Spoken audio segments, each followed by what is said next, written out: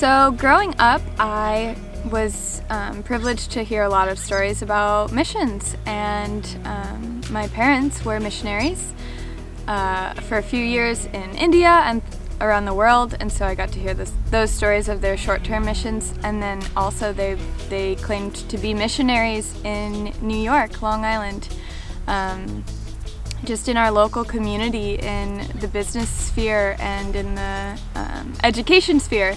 And so I learned just a different perspective of what missions really is, and that it can be anywhere that you are, and just you giving your life and living for Jesus wherever you are, sharing that light with the world is missions.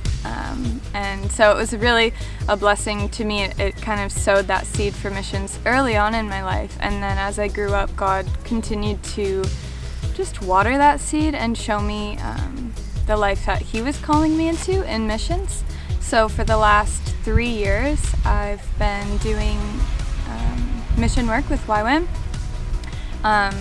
The first mission trip I had gone on was to the Solomon Islands on my outreach with the DTS, and it was amazing. It was so life-changing for me, and just really eye-opening to things that I love, what I'm called to.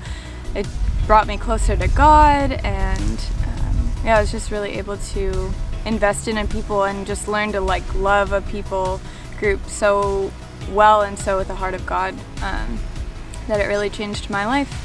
And after that, God had called me home back to New York for a season, which I kind of had resisted and fought Him against for a while. And He said, I'll go anywhere in the world. Do you want me to go, Lord? But I don't want to go home, whatever I do. And then he was like, Anika, you need to pray about going home. And so I did, and He sent me back to New York and to live in the city, which was a new adventure for me. And during that year that I was living there, He really taught me what it meant to be a missionary in the Western world as well, and just gave me such a heart for people that I could relate to, and actually had such a greater understanding of the culture. And He just really opened my eyes to what missions looked like in that sense, as well as still stirring those deep desires to do missions around the world and into developing nations and into cultures that were very different from myself. And so since then, I've gotten to do other little short-term mission trips to India, and then most recently I did a mission trip just in New Zealand, and I've been living here for the last year and a half. And so it's been amazing to just really get God's heart for this nation, as it's where I'm based and where I can foresee myself being sent from in the future. I still have such a heart to do short-term mission trips and come alongside the different programs and initiatives that are happening in the nations, but also just have such a heart to invest in this land and these people that God's placed me in here and now, and that long-term vision of what it means to just love a people and really get alongside of them and champion them, and just partnering with God's heart for His plans and His purposes in a nation or in a city has been amazing, and it's shifted my perspective so much. I think living like a missionary means leaving everything you have and following after Jesus, whatever that looks like. And I think Jesus calls us to that lifestyle of abandoning everything and dying to ourselves daily. And so I've just heard a lot in my life of people saying oh, I'm not called to be a missionary, but I would challenge you to say that maybe you are. And if you feel that stirring, it could be in any sphere of influence. You could be a missionary as a mother or a father. You could be a missionary as a teacher or a politician.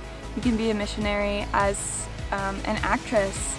And how much is God needed in those spheres as well as in the unreached people groups?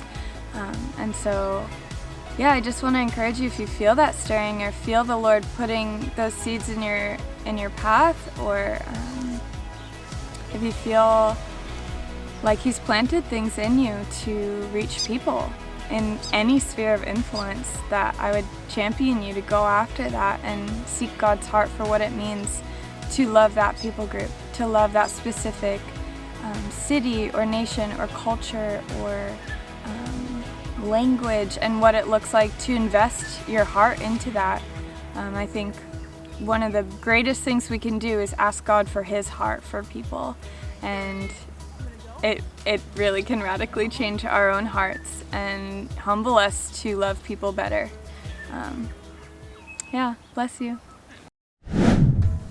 Hey guys, thanks for watching. If you enjoyed this video, make sure to give it a thumbs up and subscribe. If you have any other further questions, please comment below and send us a message if need be. See you next week.